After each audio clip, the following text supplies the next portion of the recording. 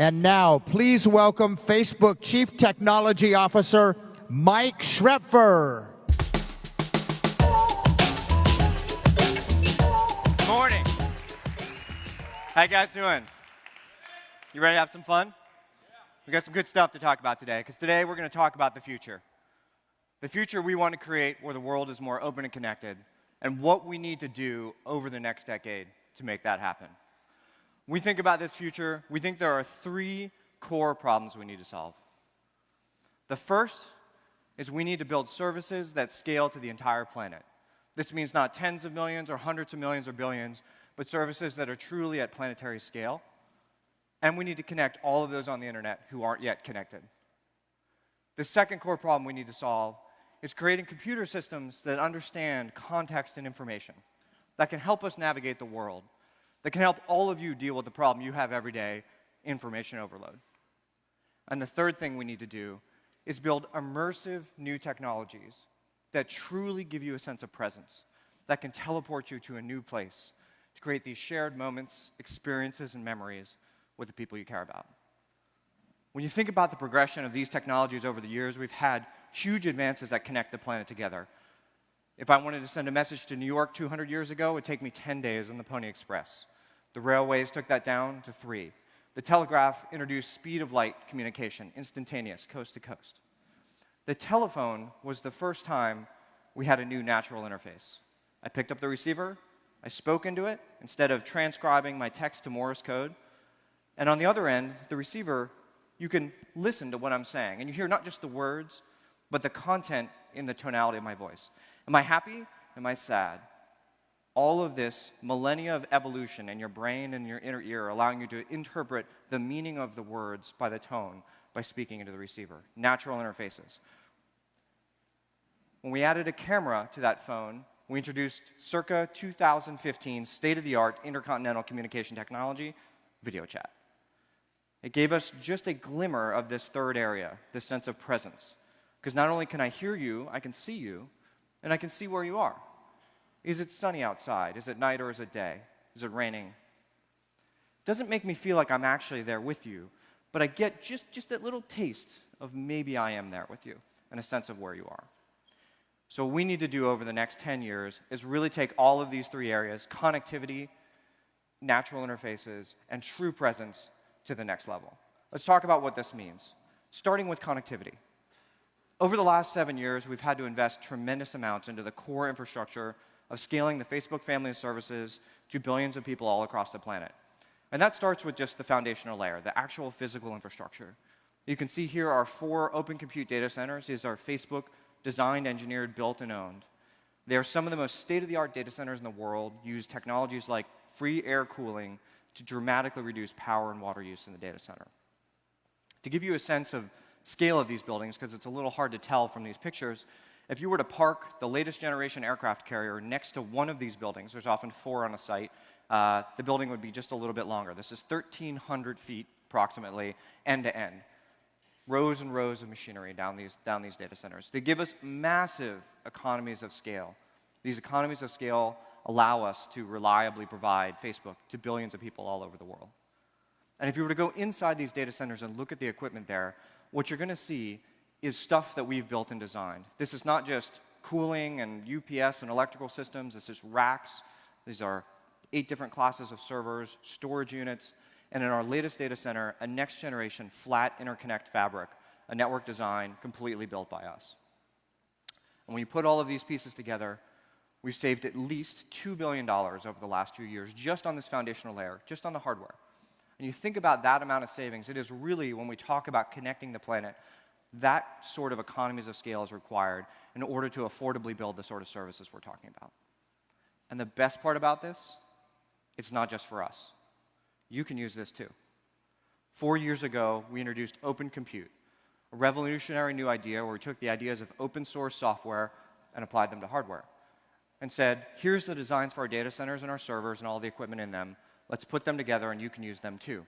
And this isn't theoretical. Other people have deployed entire data centers, deployed servers. If you look at the Open Compute project 4 years later, it is the who's who of hardware manufacturers. Some of the latest entrants who have joined the Open Compute initiative are HP, Juniper, and Apple Computer. And Riot Games, when they deployed Open Compute Infrastructure, said that they've saved about 50% in their infrastructure costs. So this is foundational technology, not just for Facebook, but for all of you, so that together we can build the services that truly scale across the planet. And this is just the hardware layer. When you move up one layer in the stack and you say, I need something to run all my application code, build applications that run in my data center, you need some sort of runtime. For us, it's HHVM, a state-of-the-art JIT-based VM for PHP. This has, between when we first deployed it and replaced Zen PHP to now, at least a 10x efficiency win for us. Dramatic increase in efficiency. And again, this is not just for us. Lots of other companies, Box, Wikipedia, have deployed HPHP. Wikipedia has seen about a 5x increase in efficiency and 50% to 2x increase in performance in many operations because we've open-sourced HHVM. It's one of our more popular open-source projects. So you've got this middle tier that allows you to build your application logic. And then on top of that, you need to actually build the front ends. You need to build the front end on the web, front end on mobile. This is where React comes in. Anyone here use React? Yeah. React is awesome. I have never seen so much excitement about a technique and a technology for building front-end applications. And again, this looks like the who's who of the internet industry. If you have used Facebook on the web, if you booked your room here on Airbnb, if you watched a movie on your TV via Netflix, you've used React and you didn't even know it. Again, this is open source. It is actually our most popular open source project now, so it's available for all of you to contribute and use. But there's been one big missing piece, and that's what we're here to announce today, which is React Native is now open source, available for all of you to use.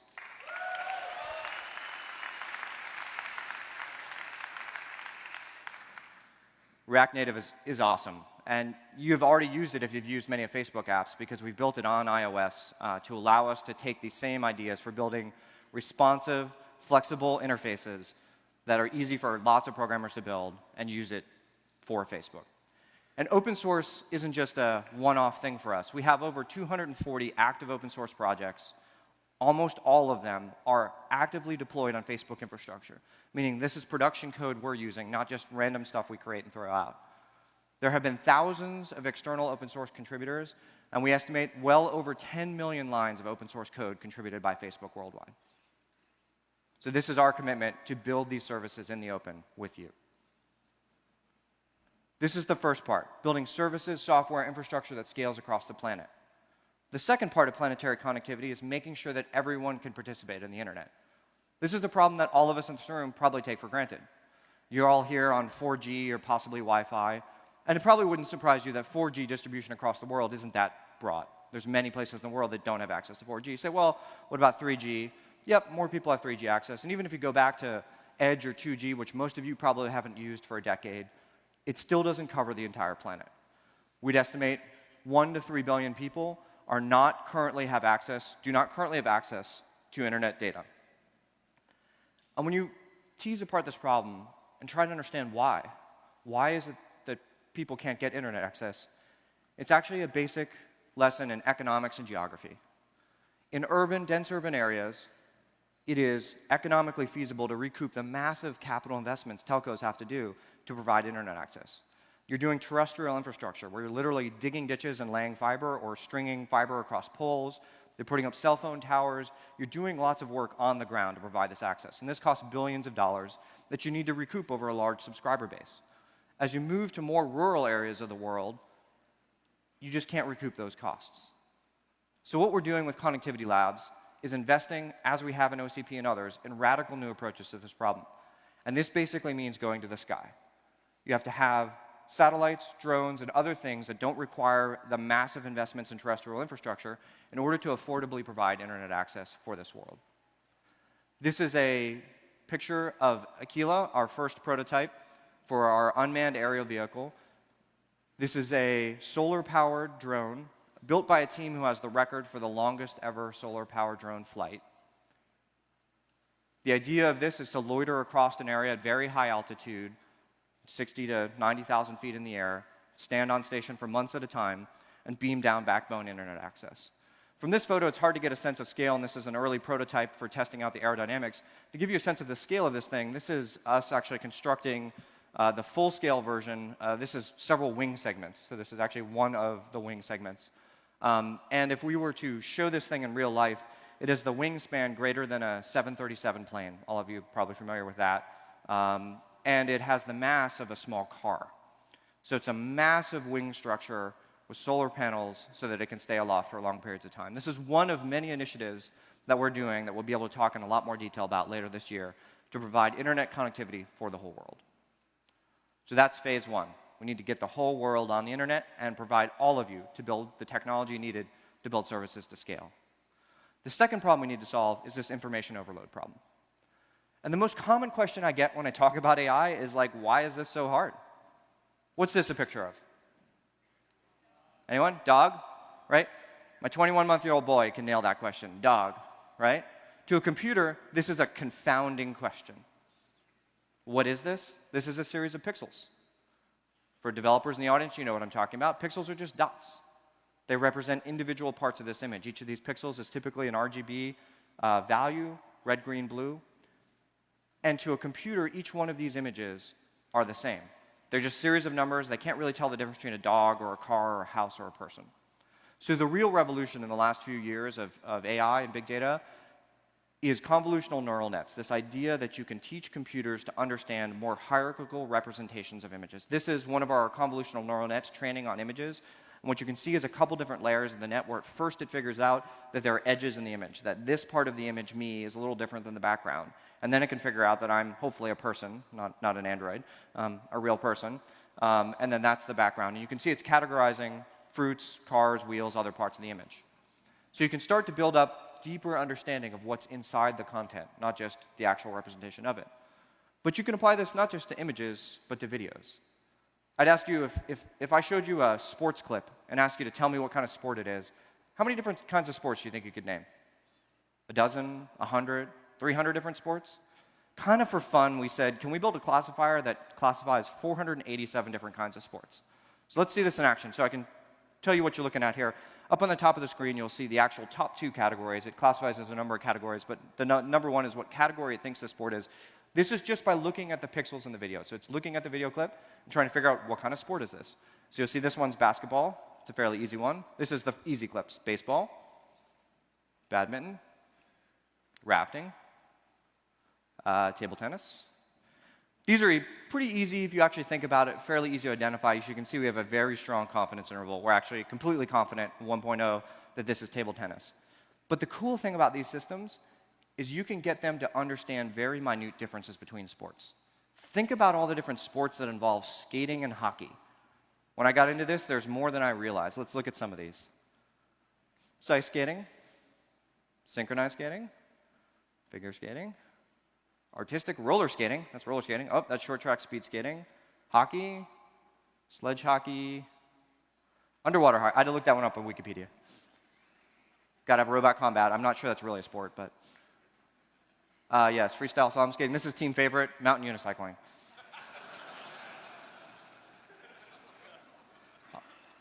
I'll lie if I didn't watch this video a lot of times prepping for this talk.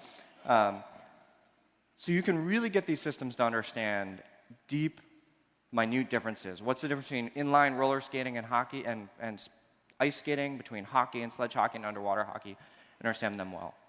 But the real trick we're trying to do if we're trying to understand context is not just images or video, but to really understand context and language. And before any of us get too excited about the power of AI and what we can do here, you have to realize how easy it is to trip up even the state-of-the-art systems. Let's try a really simple test. John is in the playground, Bob is in the office, John picked up the football, Bob went to the kitchen. Where's the football? Anyone? It's in the playground. Why is it in the playground? John picked up the football. Where's John? He's in the playground. For all of you, this is like well, this is a dumb question, Shreb. This is easy. For a computer, again, even the most state-of-the-art system circa 6 months ago could not reliably answer this class of questions, because it requires stringing together facts it has just learned about the world. Basic convolutional neural nets are like big pattern matchers. You train them on a ton of data, and then once you're done, it's like a little box, and you feed it something, and it tells you what category it is. But when you teach it new things about the world, and you feed it new facts, it doesn't learn. It doesn't have a memory. Let's try another one. John is in the playground. This is even easier. Daniel picks up the milk. Is John in the classroom? No, I just told you he's in the playground, right? simple question, again, confounds most traditional AI systems state of the art. So our team took a new approach. They built a new system, and they called it the memory network. They take the power of a convolutional neural net, and they attach onto it a multi-million slot memory system that can learn real-time facts and then answer questions based on them. Let's see this in action. Sorry for the small font, because we're actually capturing, this is Antoine, who just wrote this paper. This is dev server on Friday. We know this is real because he accidentally deleted the training network and had to retrain it. But we're actually doing a screen cap from his from Torch, which is the system we've open sourced to build AI systems, on his dev server on Friday. And what we're doing is this memory neural net has a short-term memory, so you can answer questions on facts it's just seen. And so we like Lord of the Rings. Everyone likes Lord of the Rings, right? So we fed it a very cribbed version of the Lord of the Rings. If you can see this in the audience, it's kind of Bilbo went to the cave, Gollum dropped the ring, Bilbo took the ring, went to the Shire, Frodo got the ring, went to Mount Doom, dropped it there, went back home. You know, kind of the quick Cliff Notes version of the Lord of the Rings. Misses all the cool battles, but, you know, it's a computer. So prior to seeing this text, this system knew nothing about the Lord of the Rings. It was not trained on classics. It wasn't read a corpus of Tolkien. It just has seen this for the first time right before we answer this next command, and we start asking it similar questions to you just saw. Things like, where's the ring? Again, you have to understand that Frodo had it, he went to Mount Doom, and he dropped it there, and so it's at Mount Doom. Well, what happened before that? Well, Bilbo had it before that, and he was in the Shire, so the ring was in the Shire. And then where is Frodo now? Well, he went back to the Shire. So you can see complex chaining of facts together, understanding of time and relationship between objects and time. This is a true breakthrough in what we're doing in artificial intelligence.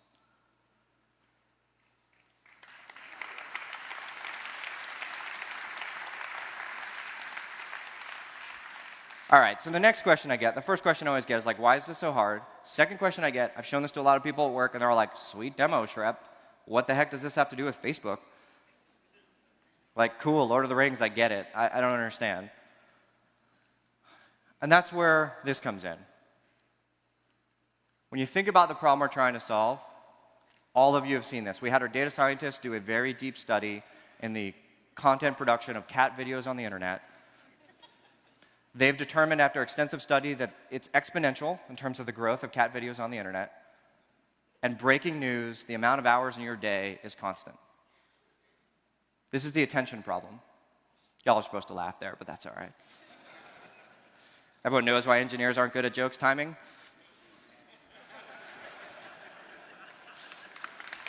All right. So, in all seriousness, if we achieve our first goal, get everyone on the internet, build services that scale to the entire planet, we create this new problem.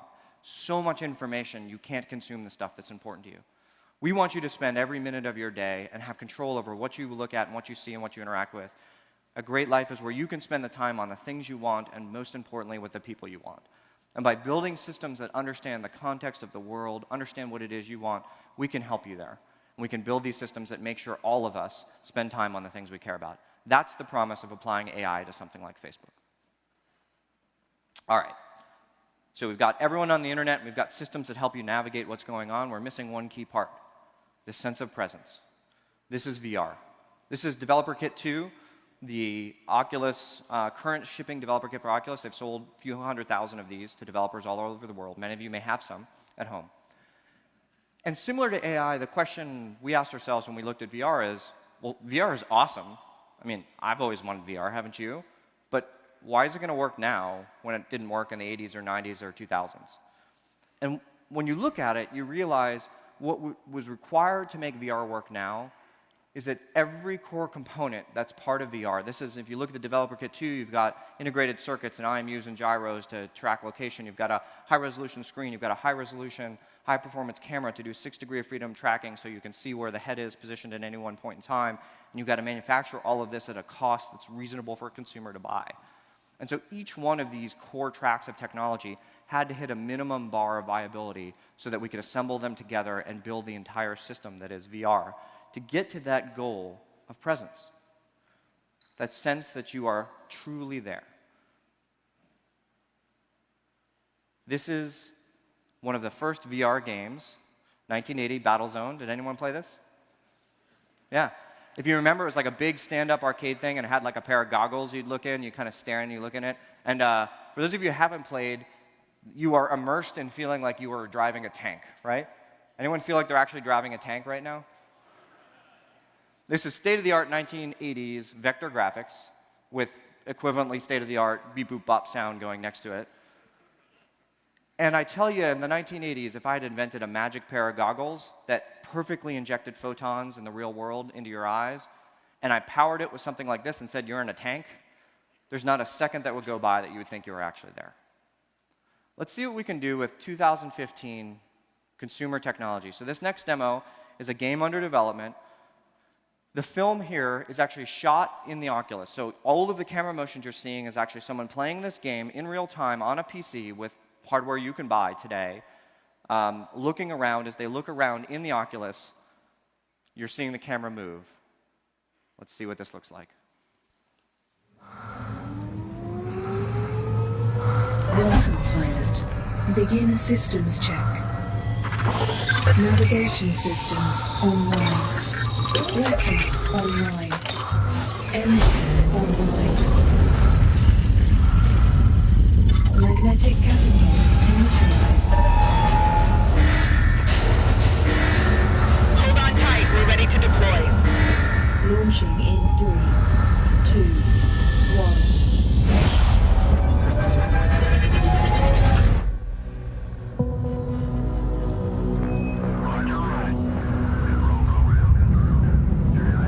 Listen up, this is Lieutenant Kavik.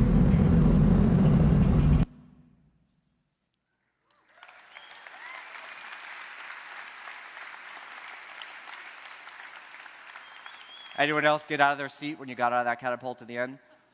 I swear, I've watched this video a lot too. This is amazing. You're going to be able to do this year in VR. This is going to be incredible.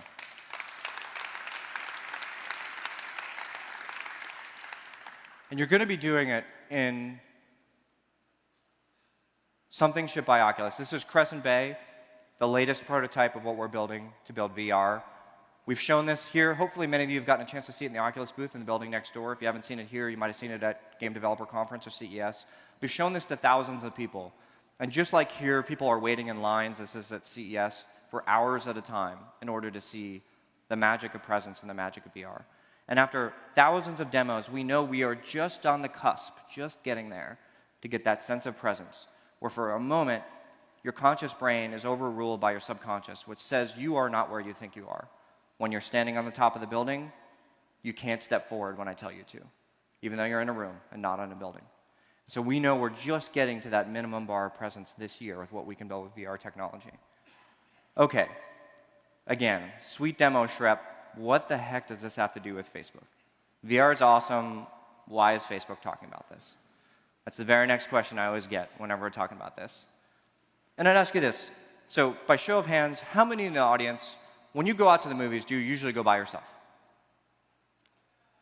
Not very many, right? A few. Yeah. Yeah. Look, we're nerds. It's okay. This is a safe place.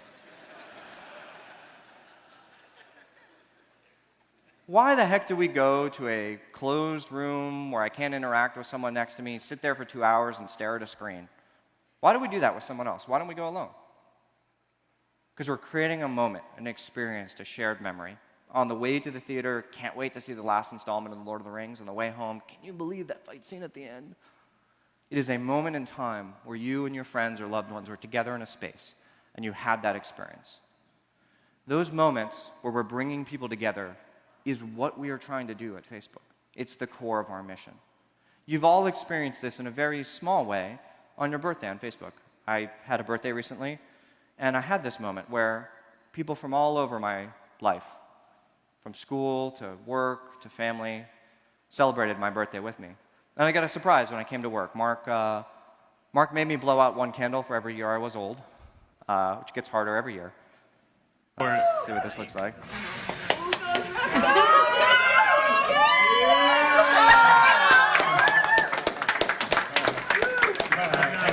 Yeah, barely made it.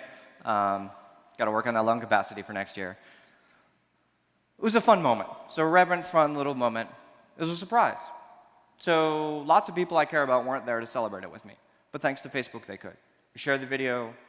They all could see it and participate in it with me. But these moments in life that are amazing and you want to bring everyone in with you towards happen all the time, not just on birthdays.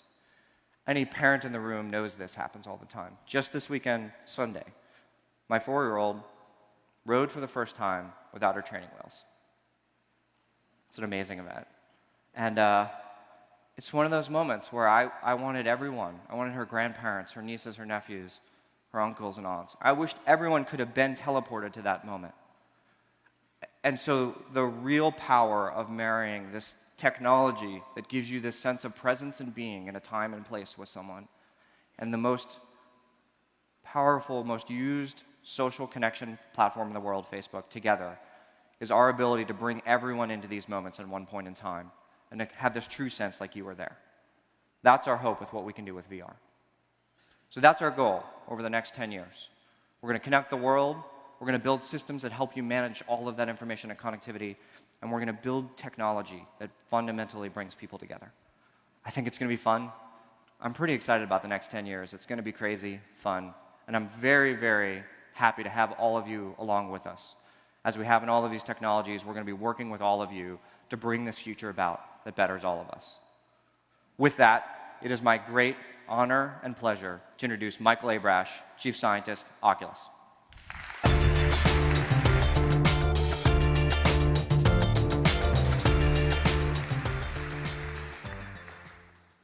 Good morning. I have to tell you that for me, being here is one of the most astonishing events in a life that's had more than its share of them. Even 3 years ago, the idea that in 2015 I'd be giving a keynote on virtual reality to tens of thousands of people at F8 wouldn't just have been science fiction, it would have been pure fantasy. VR had been dead and buried for more than a decade and seemed no closer to broad success in 2012 than it had 25 years earlier. And yet, amazingly, here we are. Recently, I took some time to think about how I'd come to this remarkable point, and I realized the thread ran a long way back. The roots clearly lay in a lifetime of reading science fiction, which showed me the path to thinking about VR as not only possible, but as something that I personally could help to make happen. In particular, Neal Stephenson's Snow Crash helped me see that virtual worlds were possible way back in 1994, and more recently, Ernest Cline's Ready Player One painted a compelling picture of what VR could be with some breakthroughs and a lot of hard work. What I also realized, though, was that while science fiction novels gave me the conceptual framework for thinking about VR, it was The Matrix that made me believe in it. Even though it was based on technology that won't exist for decades, if ever, The Matrix gave me a deep sense of what VR could someday be like. Not only how real it could be, but also how exciting it would be to bend and stretch that reality. So I went back and watched The Matrix again, and it was just as fun and inspiring as I had remembered. What I hadn't remembered, though, is that just before we learn that humans are batteries, there's a speech by Morpheus that does a remarkably concise job of summing up what it is that's truly unique about VR. Here's that speech. What is real? How do you define real? If you are talking about what you can feel, what you can smell, what you can taste and see, then real is simply electrical signals interpreted by your brain. That's really all you need to know to understand why VR is not just cool, but world-changing, and why you are going to care a lot about VR sooner or later. Let's dive into the implications of Morpheus' speech.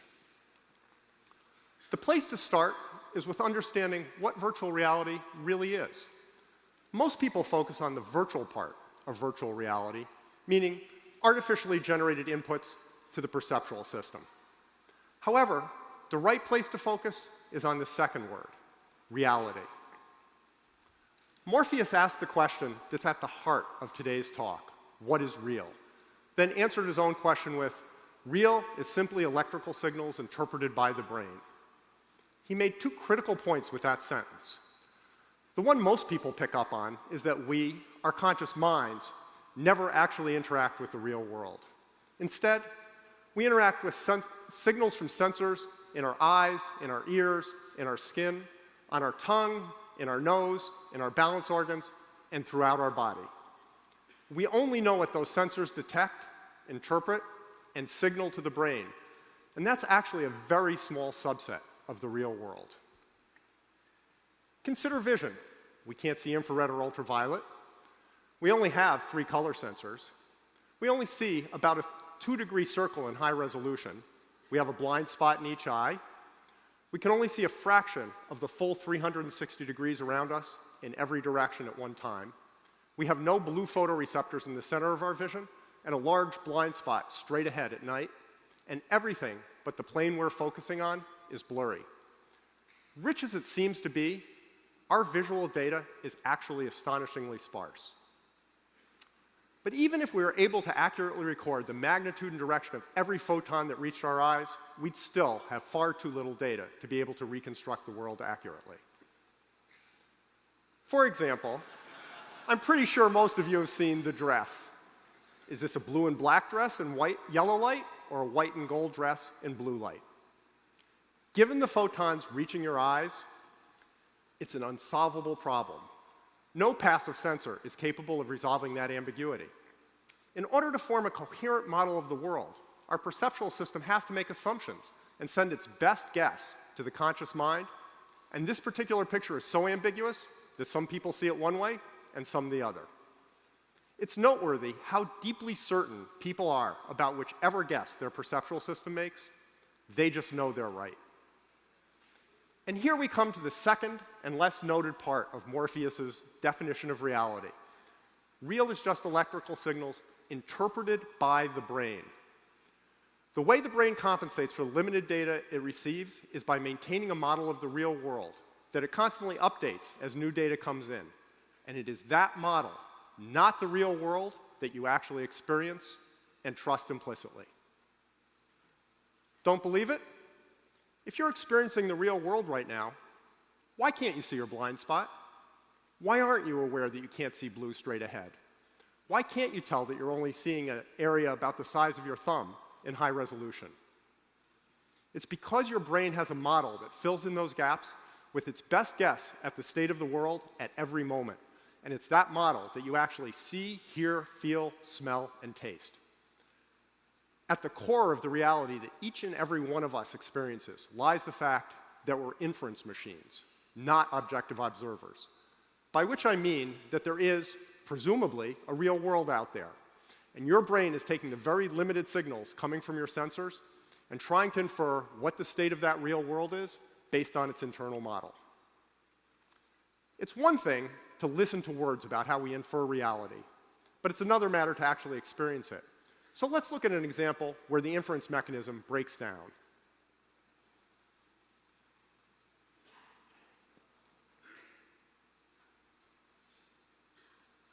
Something is not right here. But what? I'll explain this later, but the key point is that what you see in this video is ambiguous with multiple valid solutions, and your perceptual system has chosen the wrong solution based on a set of assumptions that's almost always correct. The same process happens every waking second of your life. The only difference is that you normally infer the correct solution to the state of the world. The fact that reality is whatever your mind infers from the nerve impulses sent by your sensors based on its model of the world is at the heart of what makes VR different and more powerful than anything that has come before. It's so important that I'm going to spend a few minutes giving you a deeper sense of how ambiguous the world really is, as observed through our various sensors, and the extent to which reality is constructed by our minds rather than recorded by our senses. Where better to start than by choosing between a red pill and a blue pill? Unlike Morpheus, I'm not offering you a choice today. No matter which color you pick, we're all headed down the rabbit hole together. So pick a pill and keep your eyes on it. Got it? Let's mask off everything else. Interesting. You were pretty sure that out there in the real world, one pill was red and one was blue. But they're exactly the same shade of gray. The colors you saw were entirely constructed by your perceptual system, and existed nowhere else. In fact, let's look at the original slide again. What color are the pills now? It doesn't even make any difference that you know they're both gray. You still see red and blue. So what does that say about how well your perceptions correspond to the real world? Welcome to the rabbit hole. And yes, I know it looks like I photoshopped this slide. By definition, it's hard to show you visual illusions that don't look photoshopped. So your packet contains a physical version of the pills that you can check out later and verify that I'm not cheating. Let's look at some other illusions and what they tell us about how we perceive reality. Some of these may not work perfectly for some of you. It's a bit unpredictable doing illusions on a big screen, but they should work well enough to make the important points. Take a good look at the blue tiles on top of the left cube. Okay, now take a good look at the yellow tiles on top of the right cube. You think those are colors you're seeing now? Let's mask off everything but those particular tiles. They're all exactly the same shade of gray. This is similar to the pill illusion we just saw, but it's clearer here what's happening. Your visual system isn't interested in whether the photons coming from a tile in a random image are red or blue or gray. Knowing that didn't keep anyone from being eaten by lions on the savannah. What it is interested in is identifying potentially relevant features in the real world under a variety of conditions. When you look at an object, what your eye gets to work with is an approximation of the spatial distribution of wavelengths of light. But what your brain cares about is the actual color of the object. So your visual system constantly corrects for the lighting in a scene. Given the apparent lighting in this scene, the best guess is that the left tiles are blue and the right tiles are yellow. Here's another example that shows that your visual system is reverse engineering reality rather than just recording it, this time involving brightness. See the white tile under the desk and the black tiles just outside the desk? Again, let's mask off everything else. And again, they're both exactly the same shade of gray. But if one of them is in shadow and is that shade of gray, it must be white. And if another one is in bright light and is that shade of gray, it must be black. Your visual system does the inference for you automatically, and what you see is white and black rather than gray. Let's look at how we perceive form next.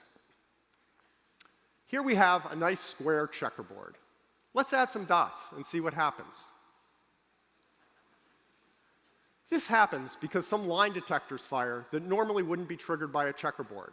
When we have a regular checkerboard, your visual system deploys cells with sensitivity to contrast edges at various orientations, represented by this starburst. And of those, it detects high contrast edges at exactly two orientations, the horizontal and the vertical. So you see right angles, as you'd expect.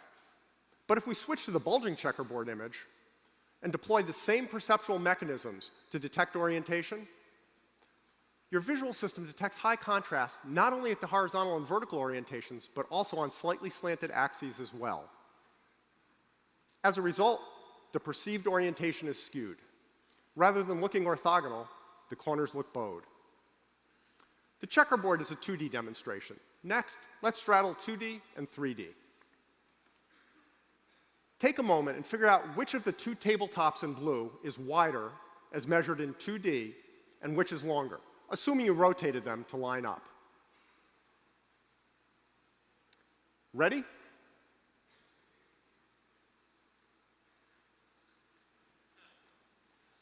They're exactly the same size. Think the shape morphed while it moved?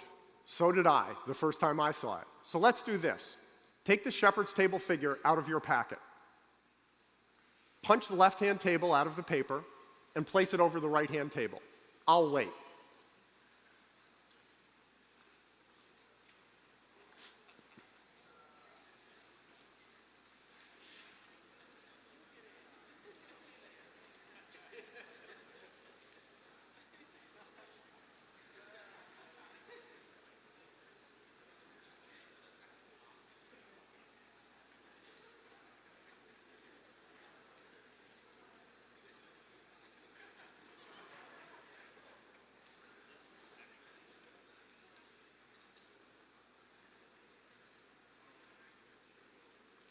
If you haven't gotten there yet, you can always do this later. Trust me, they are indeed the same size.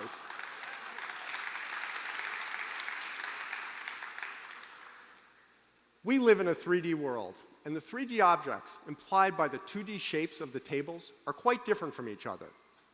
Your brain does this calculation automatically for you, making the assumption that you're looking at a 3D world.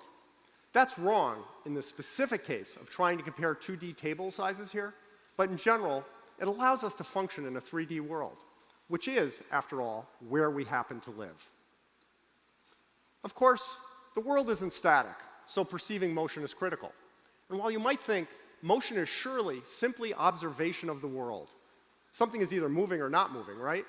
It is, in fact, where the underlying inferential nature of reality really shows through.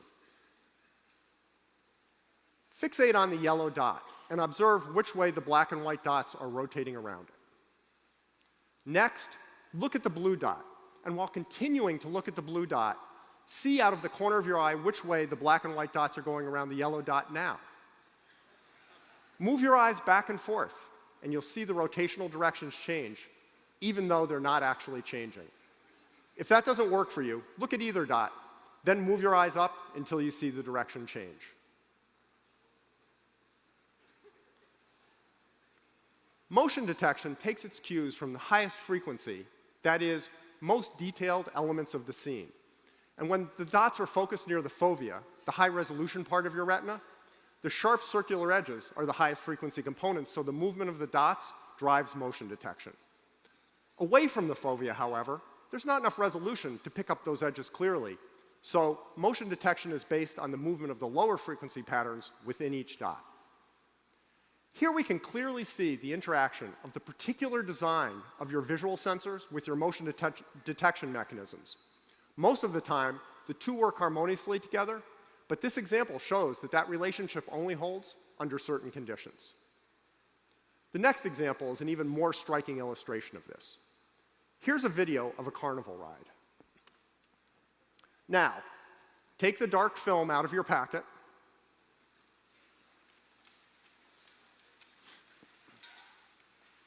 put it over your left eye like this, making sure to keep both eyes open, and look at the video again. Pay particular attention to the chairs, especially as they pass in front of the carousel. Remember, hold the film in front of your left eye and keep both eyes open. The chair should pop out toward you like watching a 3D movie. It doesn't work for everyone, but most people can see the effect clearly. You can also see an interesting 3D effect as the chairs cross the trees at the lower right.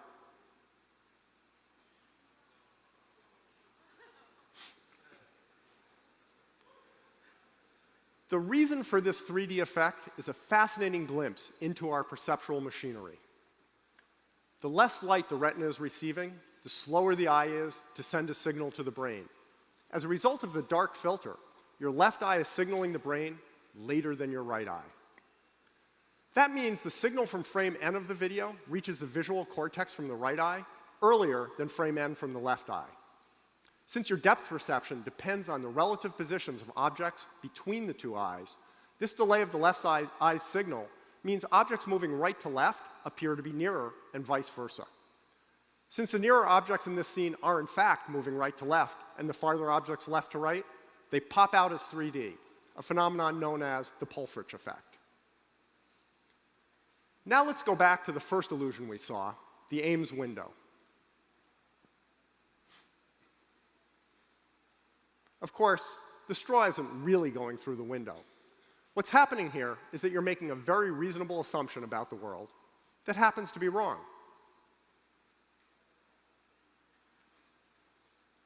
There are a number of cues on the window that imply a perspective that doesn't exist.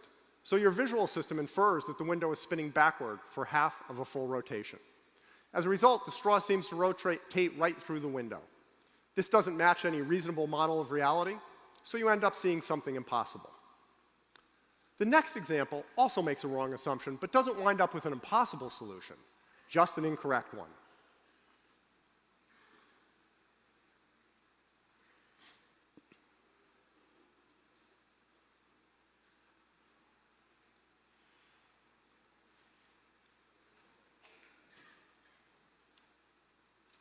Okay, that's just weird.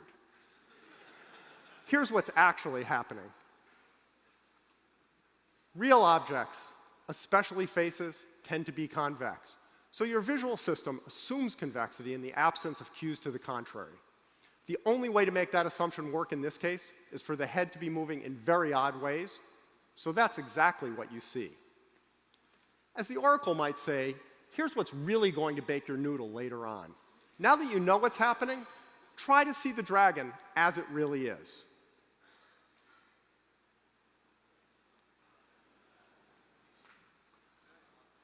I bet you can't do it. A little bit of conscious knowledge isn't going to undo millions of years of evolution and a lifetime of looking at faces. There are many other visual illusions, as well as all sorts of audio, touch, smell, taste, motion, orientation, and balance illusions. These tell us a great deal about our perceptual system, but our model of the world is constructed out of many inputs across all our senses, so multi-sense illusions are even more revealing about the inferential nature of reality. We only have time to look at one of these, the McGurk effect, but it's one of the best demonstrations I've seen of how we construct reality. Bar, bar, bar, bar, bar, bar, bar. Obviously, she's saying bar, bar, bar. Now let's watch a slightly different video.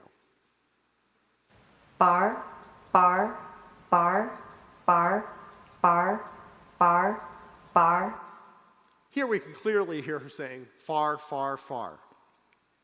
Except that she isn't. The video shows her saying far, but the audio track is still of her saying bar exactly as she did in the first video. The visual input overrode the audio. To make it crystal clear what's going on, let's look at this one more time. Once again, we'll have a soundtrack that says bar, but this time we'll have a split screen with a face saying far on one side and a face saying bar on the other. As this plays, move your eyes from one side to the other and observe how what you hear changes. Bar, bar, bar, bar, bar, bar, bar, bar, bar.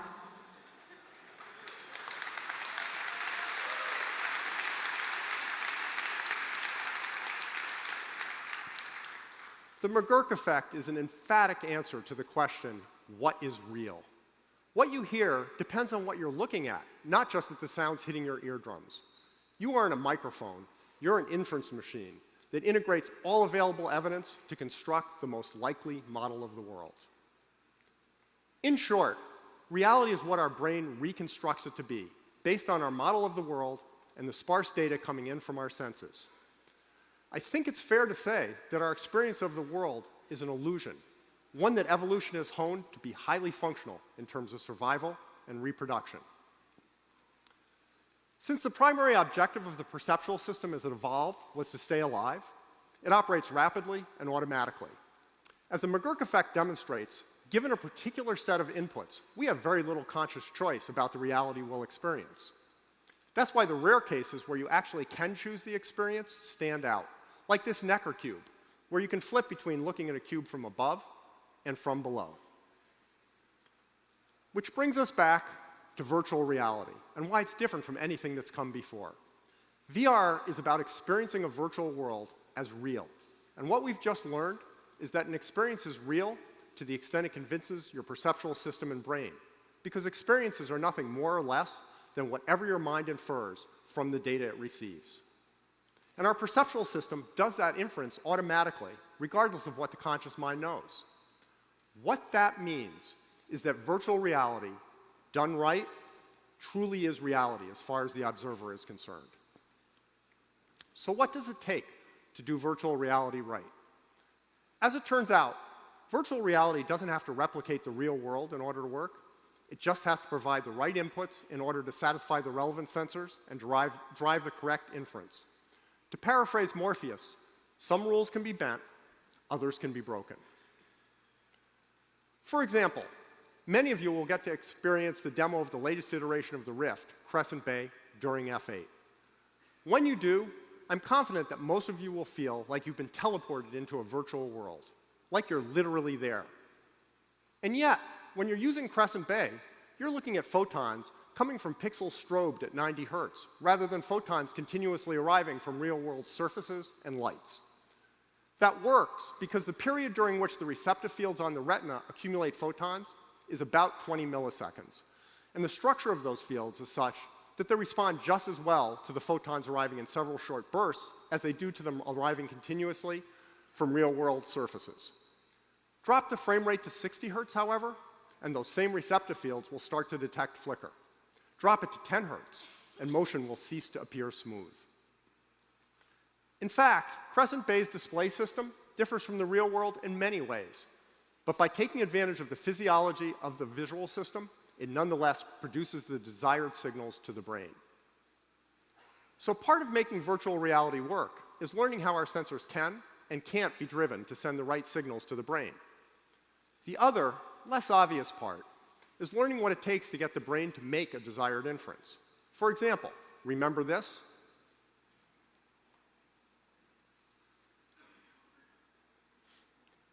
We were able to get the brain to infer a face shape and the corresponding head movement by leveraging the convexity assumption. The same sort of thing is required in a general sense in order for VR to work. And the key to that is agreement between multiple senses and our internal model of reality, especially when it involves feedback loops. For example, without revealing too much for those of you who haven't experienced it yet, for many people, the defining moment in the Crescent Bay demo is finding themselves on the edge of a long drop. The response is often to grab a nearby virtual pipe, which shows that enough unconscious inference has kicked in to trigger the automatic responses that means the brain believes it's someplace real. Why does that happen? While the scene where Neo climbs out onto a ledge outside a building and looks down 1,000 feet never makes anyone grab for support. The difference is that when you move your head in Crescent Bay, both the motion your vestibular organs report and the parallax your visual system report match the motor signals you sent in your neck muscles and your sense of proprioception. That is, your model of the position of your body. And they do so with low enough latency so that your brain can fuse all those data points into a coherent model of the world. At the core of this is a feedback loop. You move your head, and what you see changes correctly and with an almost imperceptible delay, allowing your brain to maintain the same kind of model of the virtual world as it does for the real world, which then leads smoothly to further motion. That's the fundamental difference between movies and VR. Movies provide similar images, but with no feedback loop for head motion. As a result, we perceive movies as moving pictures on a flat surface, still firmly embedded in the real world. Good VR, in contrast, isn't perceived as pictures at all. It replaces rather than augments the real world. VR is about driving our perceptions the way they're built to be driven. If we can do that, it should be completely unsurprising that it enables us to create new realities. If the technology becomes good enough, VR should theoretically be able, in the limit, to create not only any experience that's possible in the real world, but any experience that we're capable of having. That's most certainly not the case today, as is obvious as soon as you reach out for that pipe and it's not really there. VR today is good enough to create experiences, but just barely. In fact, one reason the future of VR is so bright is that there are so many ways it can get much, much better. Let's take a quick look at some of the most important areas for improvement. Since we were talking about the pipe, let's start with haptics. The feedback loop I described earlier was about perceiving the world. The second key feedback loop is the one that allows the use of the hands as dexterous manipulators, as sensors and manipulators. Right now, virtual interaction is limited to gamepads and wands, which are nothing like the way we interact with the real world. It's going to take time and some breakthroughs, but I expect hands to eventually be as capable in VR as they are in the real world. Visuals will get much, much better in terms of pixel density, field of view, dynamic range, image quality, and variable focus. And while all that is improving, form factor and ergonomics will get a lot better too. To give you just one example of how much better visuals can get, in order for Crescent Bay to deliver the same pixel density as a monitor at a normal viewing distance, it would have to have a resolution of about 5K by 5K per eye, something like 20 times as many pixels as it currently has. In order for it to have retinal resolution across a field of view of 180 degrees, it would have to have something on the order of 16K by 16K resolution. roughly 200 times as many pixels. VR audio is going to get a lot better fast. Unlike most aspects of VR, no hardware breakthroughs are needed to make this happen, just a lot of compute power and the motivation to figure out how to bring audio spatialization and propagation to consumer products. And VR creates that motivation in a big way. VR computer vision and tracking are going to evolve rapidly in a number of ways. Tracking the human body is obviously critical. Virtual worlds won't seem fully real until you can see your own body. And you won't truly feel like you're sharing an experience with others until your brain accepts their avatars as people, which means tracking eyes, faces, hands, and bodies.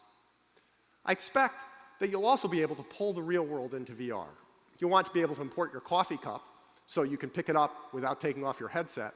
And ultimately, you'll want to be able to see your keyboard and mouse so you can use them in an infinitely configurable virtual workspace. Finally, you'll be able to map your surroundings so you can stand up and walk around.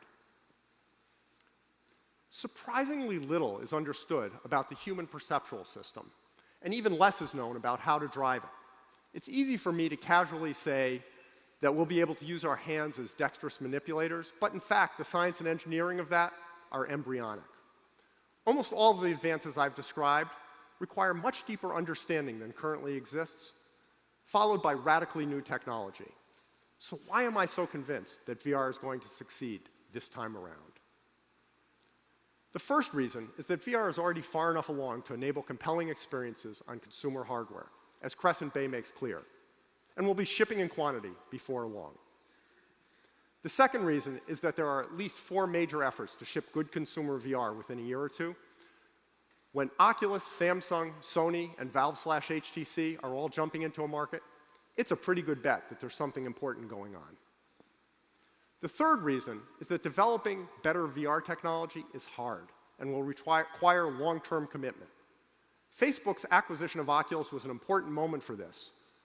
Once that happened, there was no longer any doubt about whether VR would get the runway it needed to fulfill its potential. The final reason is the march of technology. This was my first computer, a 4 megahertz Z80-based vector graphics VIP system, for the bargain price of $6,000. Pretty sweet, huh? It didn't have a floating point unit, so let's generously estimate it at 7 kiloflops.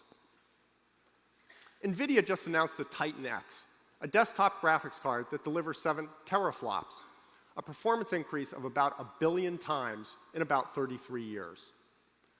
That's how technology marches forward when there's competition and a compelling reason, and that's what's going to happen with VR. In short, a lot of powerful forces are coming together right now to make VR happen. And with that, we've come to the end of our lightning tour of why VR has the potential to be a unique, transformational technology, and why I think it's going to take off over the next few years. So what does it all mean? Cypher summed it up nicely. It means buckle your seatbelt, Dorothy, because Kansas is going bye-bye. Every decade or so, Kansas goes bye-bye in the digital world, and everything changes. Over the past 50 years, that progression has taken us from mini computers to personal computers to GUIs to the web to mobile. So what's next? It probably won't surprise you that I think VR is the leading candidate to be the next entry in that table, and maybe even more than that. VR is more than just another platform. In the long run, it has the potential to create the whole range of human experience. And while it'll be a very long time before all of that potential is fulfilled, the process is well underway. The shift to virtual reality is going to bring huge changes, both for us as developers and for society as a whole. If you think about the implications for work, gaming, and social networking of being able to experience whatever you want with anyone in the world, in any space you can imagine, it's clear that VR has the potential to change almost everything about the way we live. Lots of important pieces aren't in place yet. No one even knows the right locomotion mechanisms or input conventions, let alone how VR movies will work, or what the equivalent of the Facebook wall will be, or what kind of games people will want to play in VR, or, most important in my opinion, how people will want to interact virtually with each other. But all that will get figured out, a process that will open up huge opportunities. And all of us in this room are lucky enough to have a chance to play a part in making it happen. The interesting question is how long it'll be before you personally decide to make the jump to VR. Maybe you'll want to be on the leading edge. Maybe you'll wait for the technology to prove itself. But VR is potentially world-changing and incredibly cool, and it's really happening, so sooner or later, you will want to be a part of it. I'm hoping it's sooner. Thank you.